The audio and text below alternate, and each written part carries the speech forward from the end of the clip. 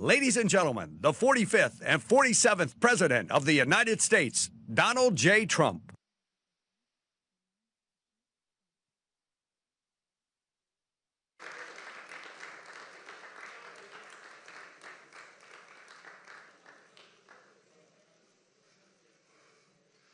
That's a lot of press. Wow. Well, it's important stuff. And you know, our team out here, they've all become stars, superstars actually. But we want to thank you very much. We've had a tremendous time and I think a great success. And we just concluded a very successful NATO summit here in Turkey. And I want to thank President Erdogan, who's really a great man. He's a great leader. He's a friend of mine, been a friend of mine for a long time. He's a strong person, a very strong personality, and that's why he runs such a successful and good country, and really a great, I would say, a great country. Militarily, he's very powerful. People leave him alone, but he's really done a fantastic job. And from the moment we got off the plane, you look at the airports were beautiful. They built a new terminal for our arrival.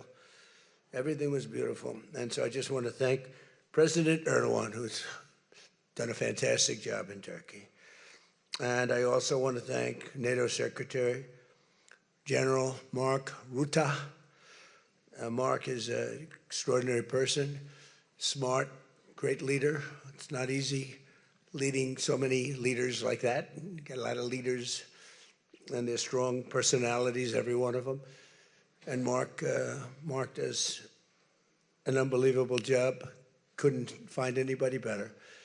I just want to say there was tremendous love in that room. The press got to see the sitting, but they didn't get to see the speaking. And I actually said, it's too bad the press couldn't see this, because every one of them spoke for a little while, and I spoke for a little while.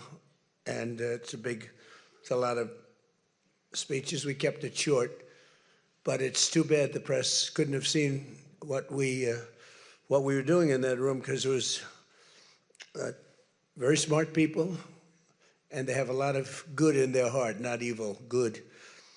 And they're doing a great job for their country. The world is doing well. We have, as you know, the oil is down. We'll see whether or not we keep it down. We should keep it down. We're doing things that should have been done 47 years ago with Iran. And I just want to say that throughout my first term and over the past 18 months, the United States has led a historic effort to dramatically increase the defense spending and to have equipment that no other country in the world has. When you look at Venezuela, when you look at Iran, essentially demolished their military in a couple of weeks. They had a good military, they had a good Navy, they had 159 ships, everyone's at the bottom of the sea. They had hundreds of airplanes, they're all gone. They were all lying burned up on the runways. They were totally decimated, their radar's gone. Everything's gone, their leaders are gone, frankly. And their combat capability is pretty low. They have a small percentage of missiles left. They have some of the missile launchers left, call them launching pads, but most of that's been destroyed too. So we have the strongest military in the world by far, not even close, everybody admits it. Last year's summit in the Netherlands was great also, and we achieved an unprecedented agreement to increase the annual defense spending, and it's the benchmark, raising it from 2% to 5% of GDP, which everybody said was impossible. And now they're all thanking me, and most of the countries have agreed to it. We have a couple of that didn't, but I have a feeling they're going to, and pretty quickly. In fact, today they were very positive. One of them in particular was, I didn't think, a good team player. Today was a great team player. As all of the leaders understand very well, the United States remains by far the largest contributor to NATO, monetarily and maybe otherwise, and the strongest military anywhere in the world. And they respect us as a country. Again, they didn't respect us 2 years ago. They laughed at us. NATO laughed at us. Everybody laughed at us. They don't laugh anymore. There's no more laughing. This year we invested a record $1 trillion in our armed forces, and we're going to be asking for $1.5 trillion coming up. We have the money being spent on the best equipment anywhere in the world. In the working session this morning, we discussed the progress other members are making toward the 5% target, and they're making great progress. Many of these countries are very rich, by the way. We don't have to feel sorry for them. But it doesn't mean they're properly protected. There's a big difference. Some have truly answered the call, and others are making big changes and will be answering the call. I think I can say in all cases they're going to be answering the call. And we'll be taking in over $1 trillion a year toward defense. And that's a tremendous amount of money. It's a big up. They were at 2%. They were actually at 1%. I got them to 2%. Then I wanted to get them to 5%. And we got up to 5% the last time. And they're, you know, just again, if you could have seen the respect and the love in the room, and it's love really for the country, for our country. I don't want to say me because you'll say, oh, he's so conceited. He's such a conceited person. But they do. I mean, you know, they like the job I'm doing. They said, sir, we love you. These are grown people saying that. Isn't that nice? Maybe, I don't know, maybe they're trying to get to me. And in the way they did, because there was tremendous unity in that room. And I urge all nations to accelerate their plans to get the benchmark as quickly as possible. The benchmark is going to be that 5% number. That's the number it should have been for years. As a result of the commitment we achieved last year, defense spending of other NATO members surged by more than almost $150 billion in 2025, and much of that money is being spent on American-made equipment. They all want American-made equipment. We're pushing very hard to have the defense companies, and they're great. We make the best equipment, the Patriots and the Tomahawks, and everything we have is considered to be the best. Not by me, it's everybody wants it. I wish we made it faster because we could sell as much as we could make. And as you know, I had Lockheed and every one of the companies, all of the companies who are Raytheon as an example, Boeing. So many of those great companies are now building plants. They had big plants, but they were using them 24/7. I said, that's not the way to do it. You have to build more plants. You don't have to just go overtime.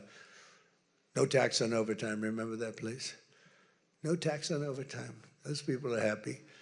But they were doing literally 24 hours to get the Tomahawks done and the Patriots done and all of the other defensive and offensive equipment done. It's the most sought after equipment in the world. You saw that with Venezuela, where they had a lot of great equipment. It wasn't ours, and it didn't work. Our equipment works, but we have to produce it faster for other countries. For everybody, including ourselves, we have to produce it faster. So we think within a year, year and a half max, we'll be, instead of waiting for a year or 2 years, we'll be having it on a 2-week wait, maybe a 1-week wait. That's what I want.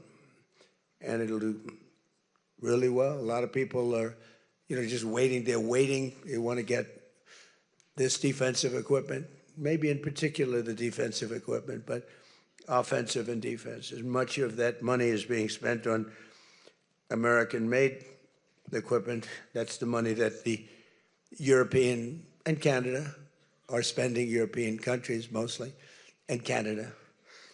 And they're spending that with the United States, largely. And it's American-made, made in the USA, as we say.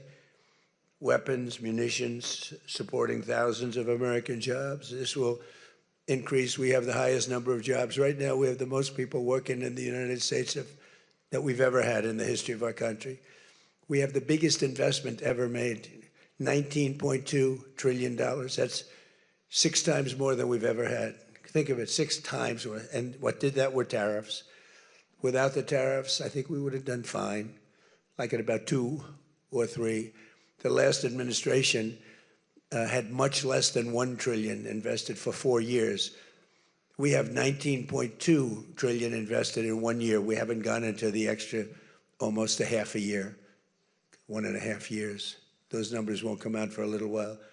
So we have 19.2 trillion, not billion, not million, trillion with a T, invested in plants and equipment that's being built all over the country.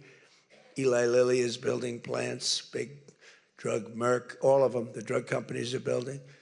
The car companies are building like crazy. In fact, as you probably saw a big announcement yesterday, Toyota is leaving Mexico and they're going to build one of the biggest car manufacturing plants in the world in Texas. That's because of the tariffs, because we don't mind if you build in Mexico, but if you build in Mexico, you have to pay 25% tariff. If you build in Japan, or if you build in any place, now China is a much higher tariff. It's 100% tariff because we don't want to lose our jobs. We don't want to have our workers lose their jobs. We have the largest number of plants being built for the most money ever in the history of our country. Car plants, AI plants, and all other plants, pharmaceutical plants, chips. We're not giving anything. All we're saying is, if you don't start, we'll give them 1.5 to 2 years to build their plant. If they don't have that, they have to pay 100%, 200%, even 250%. If they make a chip, or if they make a car, if they make pharmaceuticals. So the pharmaceutical companies are moving in at record levels. There's never been anything like what's happening. Let me put it a different way, put it to you in a more broad fashion. There has never been anything like has happened with this country or any other country in the history of the world. There has never been growth. There's never been manufacturing plants being built. We have so many being built. And in the big ones, like AI, some of the AI, we let them build their own electric plants. We force them to build. We don't want, because the old grid that we have wouldn't be able to supply. They need, just as an industry, more energy than the entire country produces right now, when you think of it, which is incredible. So take all of the energy that the United States produces, and that one industry, which is so big, so powerful, it needs more than that. In fact, some people say almost double. So this was my idea. I said, you can never service that. You can't reinvigorate the grid. You can make it better, but nothing like that. You wouldn't be able to build. And we're leading China in AI, well, in just about everything. But we're leading China in AI.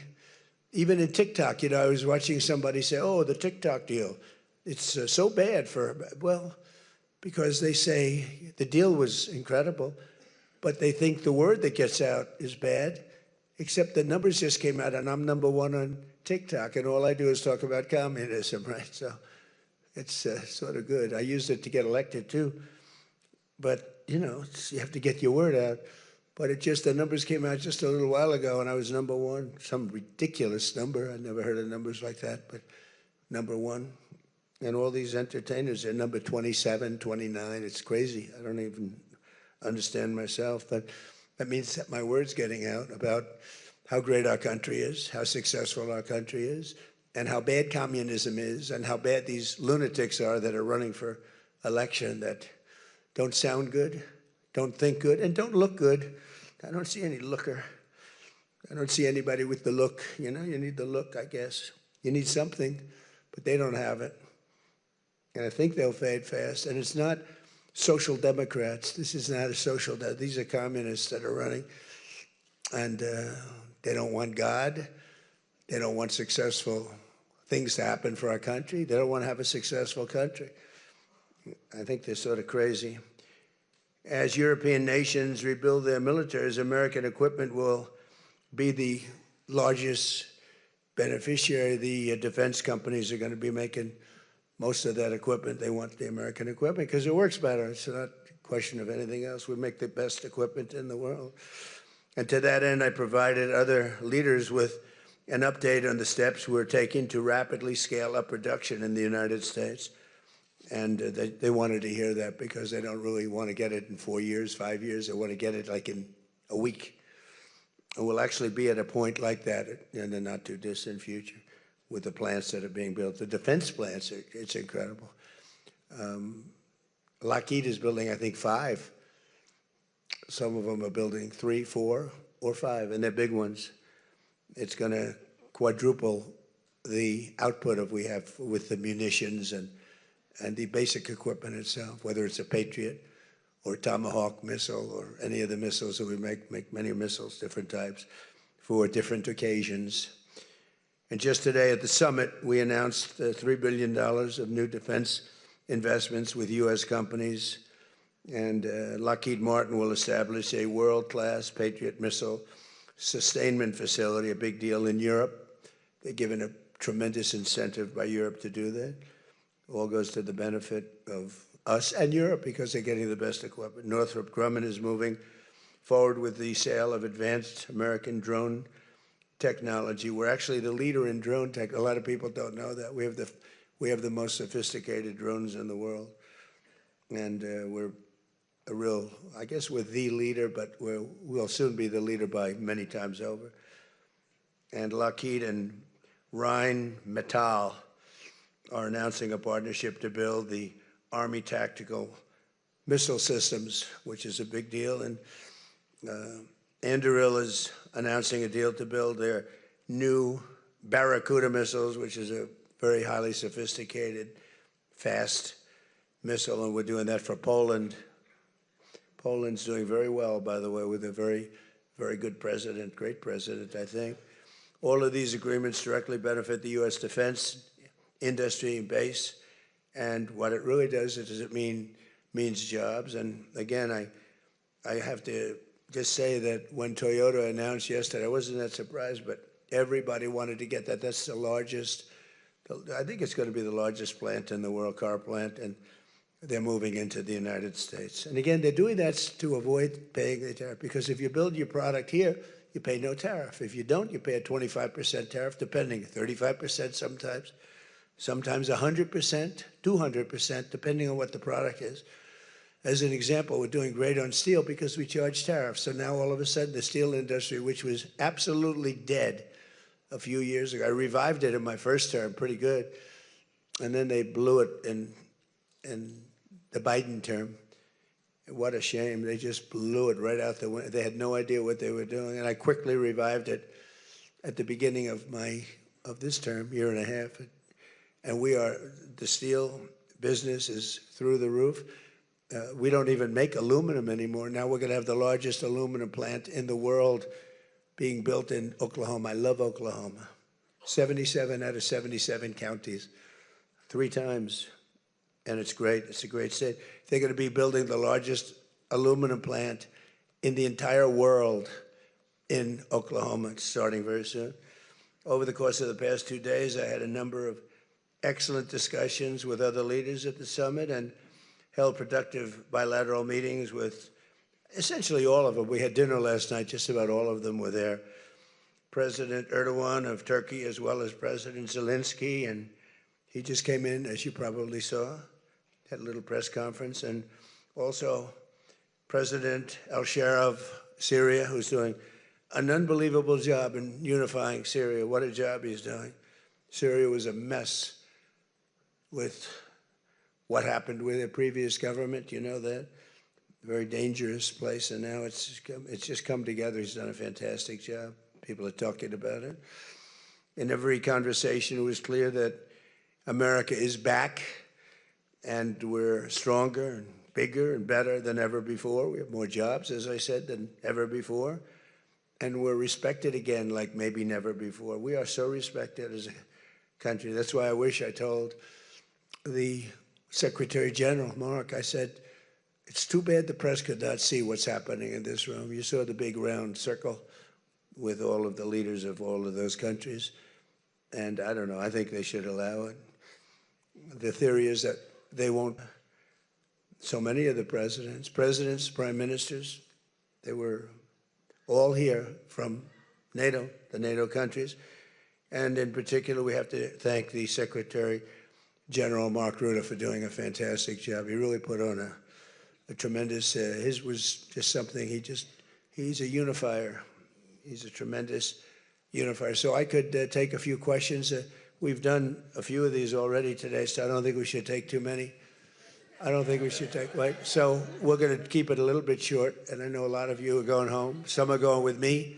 So go ahead, please. Sir, yes. Yes. No. The gentleman right here. The very tall gentleman who's very insecure. He doesn't want to ask the question. He's a handsome guy, but he's very insecure. Go ahead. Do you want to shout it out? Give him a mic. How about giving him a mic? You shout it out.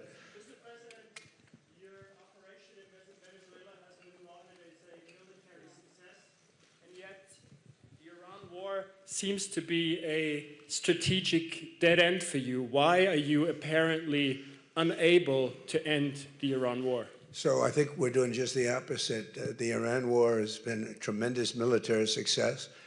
And, you know, I can only answer the question by saying they're not going to have a nuclear weapon. I think it's been, I was there for one reason, that Iran cannot have a nuclear weapon. I call it, we denuclearize Iran, and that's happened. They will never have a nuclear weapon. That stuff is so far down under a mountain. It's a granite mountain that collapsed on top of it. Take months to get it out. I think it's a tremendous success, Iran. And you see the oil prices are lower than they were when I started. And people like to say that, but look, they have no military left. Their Air Force is gone. As I said, their ships are gone. 159 ships are gone. They're at the bottom of the sea. Their radar is gone. Everything's gone. So when you say not a success, it's a tremendous success. The fake news likes to say how well they're doing. They're doing terribly. They have 350% inflation. When the war started, they had like 6%, 5%. They have, they want to make a deal, but they don't know how to make a deal. And then they go around shooting ships at night. I don't like that. You know, they're dealing with very fine people. They're dealing with Steve Witkoff. They're dealing with Jared Kushner and J.D. Vance. And they're dealing with Marco and Scott. They're dealing with great people, but I don't know. I think they're a little loco. They're a little crazy. But they told us they'd like to go to the funeral of a very a person who was killed a lot of people. Khomeini killed a lot of people over the years, and there for a long time. Don't forget what we did. Should have been done 47 years ago. It could have been done any time within 40. This has gone on for, they were the bully of the Middle East. So they're a much different country. Now, in one day, all of their anti-aircraft things are gone. That doesn't mean they're not going to get a plane at some point. But all of it's gone. Everything's gone. Their leaders are gone. They had leaders, they're gone. And they had another set of leaders, they're gone. Now they have another set of leaders, they may be gone. Who knows? And you know what? I may be gone too, because I'm their number one target. It's out all over the place. I'm their number one because they're scum. That's the way they act, and that's the way they've done it for 47 years. But I'm doing what's right for the country. I'm doing really what's right for the world. They have to be stopped. And they've killed thousands, hundreds of thousands of people. They killed 52,000 protesters over the last 3 months. So when you say we're not doing well, I think we're doing phenomenally well. Our military has been incredible. Plus, we had a blockade. Did we have a blockade? Did you ever see a blockade work that way? You know, for you that said we're not doing well there. We did great in Venezuela. That was a one-day war, and they're very good military. You know, it's a very military country. We took out one of the worst human beings in the world, Maduro, and he's in jail waiting for trial. But what he did to this country was incredible, including the fact, not only the drugs, but he had people pour into the country from prisons. They opened up their prisons. They allowed them to come in. We're getting them out. We're getting them all out. But we have, with the Biden open border policy, with Kamala as your border czar, remember? She was a border czar, but she never called Border Patrol, never once, and she never went to the border. The border was a disaster. Now it's fixed. It's fixed where we have nobody, and I don't do these numbers. 0 people come in through our border, through our southern border. 0. And that's been announced now every month for the last 12 months, 0. We had millions of people come in, under 25 million people, I think more than that under Biden. And they weren't people that you want, and for the most part. They were drug dealers. They were escaped from, think of it, all the prisons, and I'm not just talking about from South America, I'm talking about from the Congo, I'm talking about from all over the world. The prisons were emptied out. They were emptied out into our country. But they had the worst murderers. They had We had people allowed in our country that should never, and they walked in through an open border policy. And all I'm saying is that you're lucky we won this election. Yeah, please. Go ahead. Go ahead. No. Yes, go ahead. Who you with? Why don't you say your name and who you're with? It's always helpful. Thank you, Mr. President, for doing this. Iris Tao with NTD, with a sister media with the Epoch Times. Okay. On communism, you've been issuing a wake-up call to Americans at home about the dangers of communism. And now you're speaking on the world stage. What's your message to people both living under communist and socialist regimes, but also people living under democracies like in Europe and America who might not have realized how close communism has come to home? Yeah, that's a great question, actually. But look, I want to get the word out because what's forming is communism in the country. And communism's easy to sell. I would be the greatest communist in history. I'd be right up there with Lenin. I'd be as good as anybody.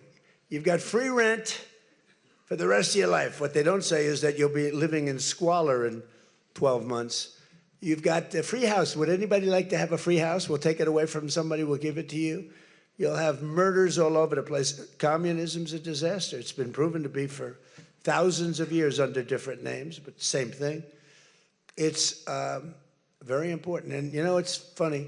One of the reasons I do so well with Hispanic people, I set a record, Republicans. I get great numbers for the election, helped me get elected in a landslide, the Hispanics, because a lot of them came from countries that were essentially communist. You know, whether you call them radical socialists or communists is not that much, but there's a little difference.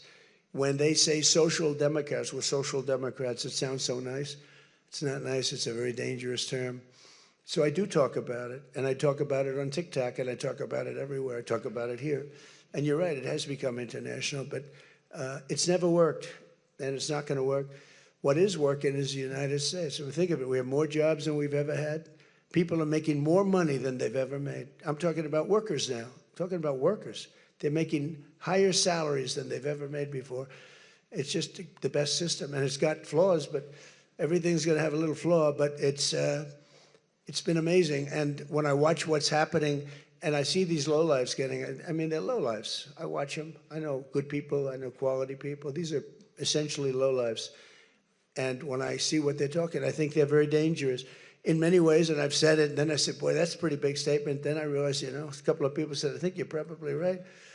I think this country, with this thing that's going around, is in more danger than it was during World War I, World War II.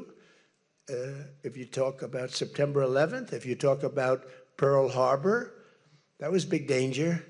I think the concept of us going communist, because one thing that happens when you go communist, you never come back, never comes back. You die in squalor.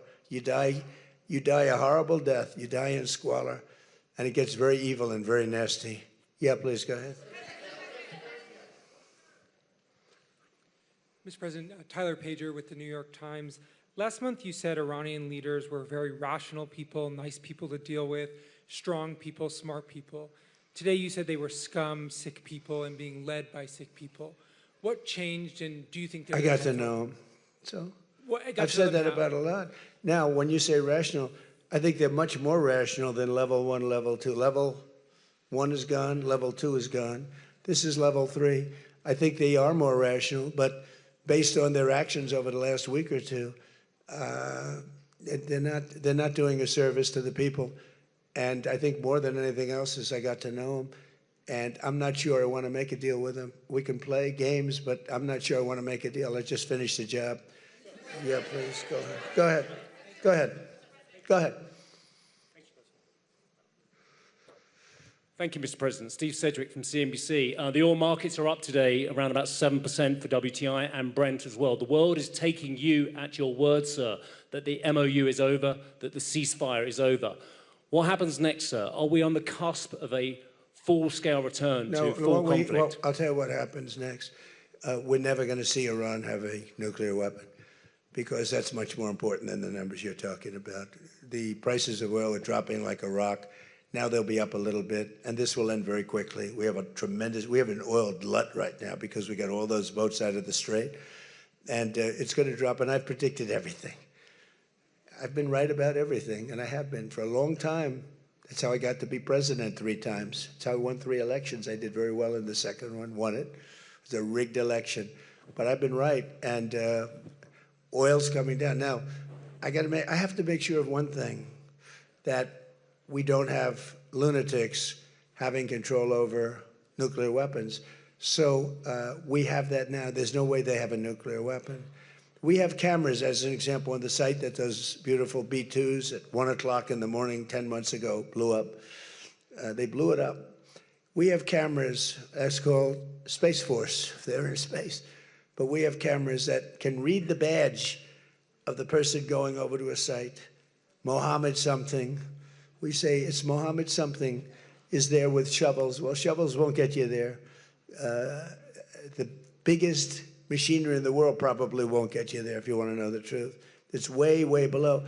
But we're watching that. And if anybody goes there, they get blown up.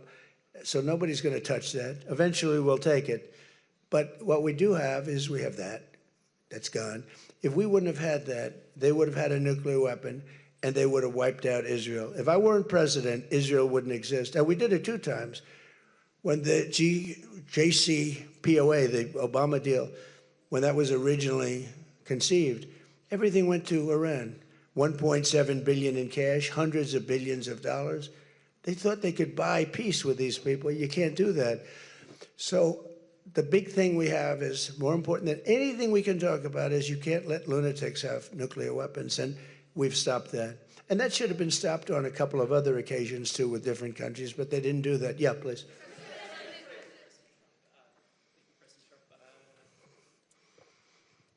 Stephen Nelson from the New York Post.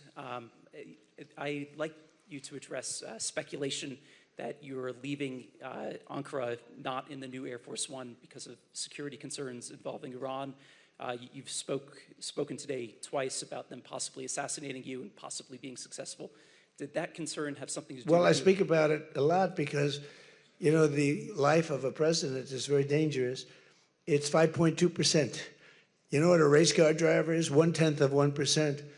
A bull rider, that looks pretty dangerous to me. It's 1/10 of 1%. No, it's 5.2% is you don't make it. You should have told me, you're an excellent reporter. You should have told me that years ago. Maybe I wouldn't have run. It's a very dangerous profession. No, I'm #1 on the kill list for Iran. They're lovely people. I'm #1. So I don't know. I can't tell you that, but I don't really care because I'm doing my job and I'm doing it, I hope, better than anybody's ever done it, because we have a country that's hot and really, really successful. But I mention it only because it's on the list. I mean, it came out. There was another list came out yesterday, and I'm #1 on. I like being #1 on TikTok better, but I'm #1 on the list for killing. Go ahead. Hey, Sean McCreesh, New York Times. But why aren't you flying the new plane home?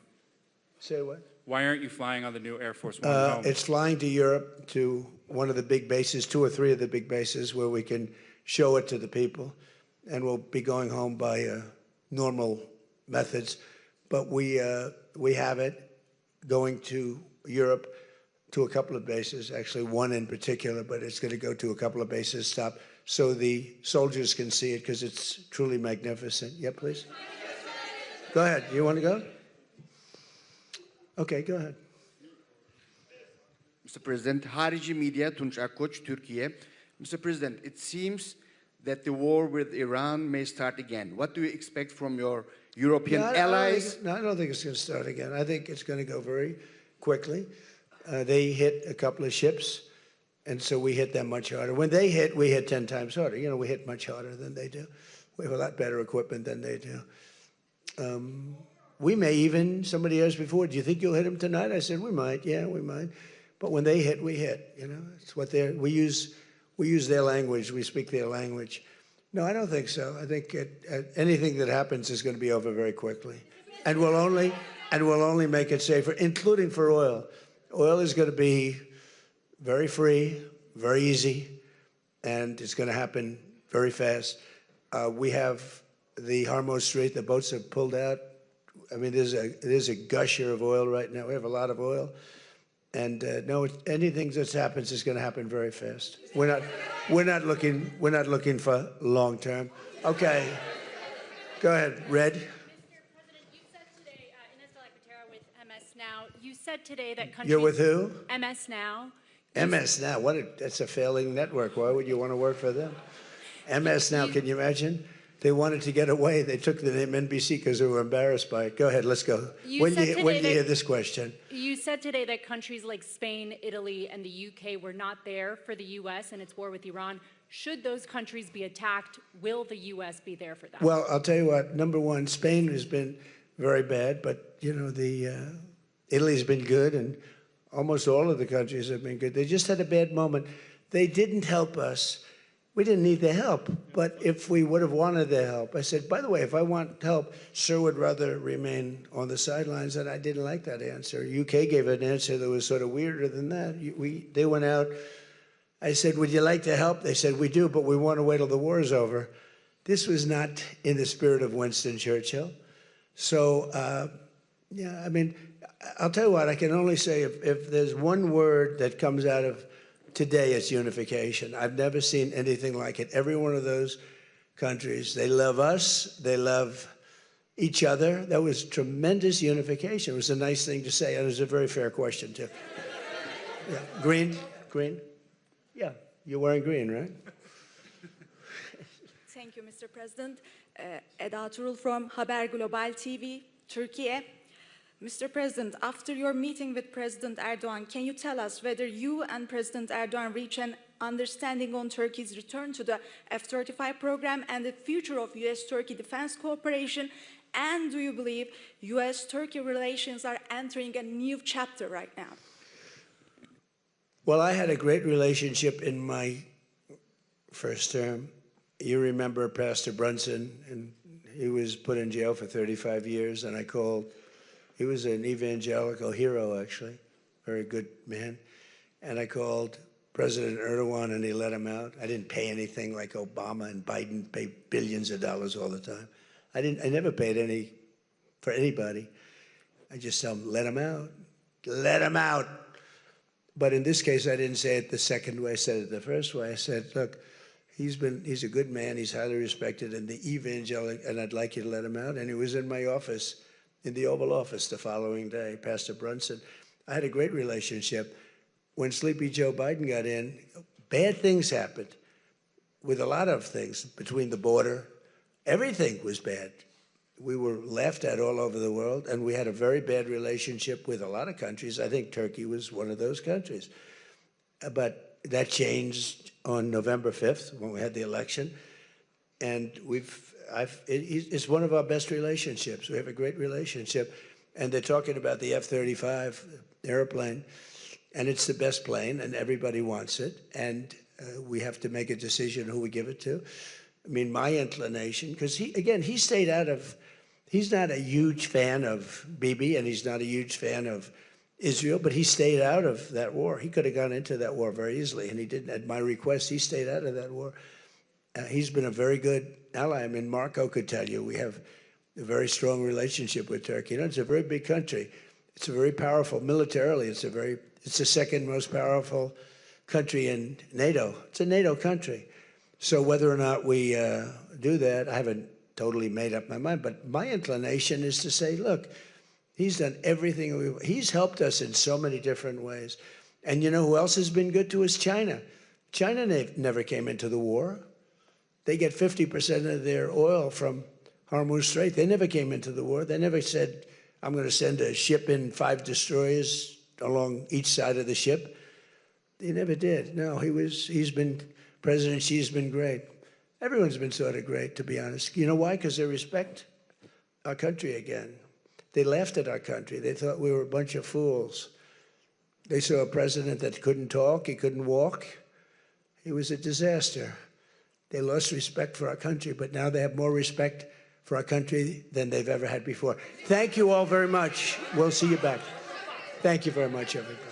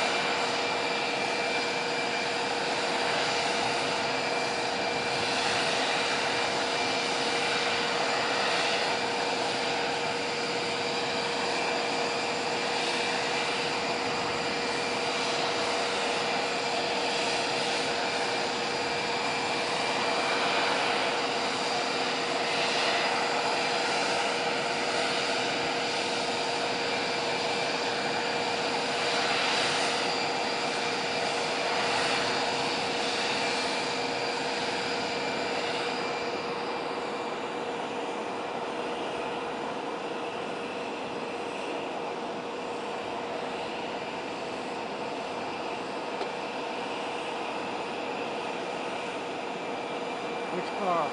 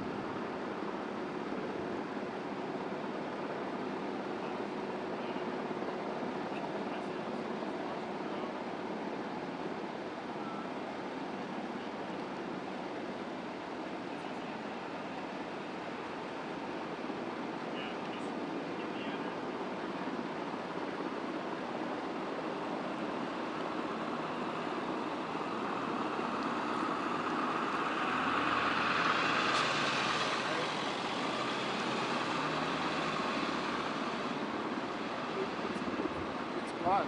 It's gone. I can't see anymore. It's gone. It's there. I think it's up there. To the left.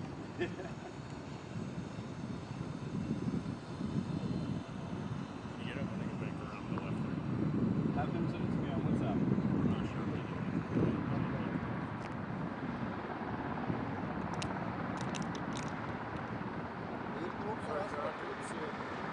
Good work. Good work. It's over. I'm done. Get out of the truck. We're pushing. And then he gets back in. I was like, get out.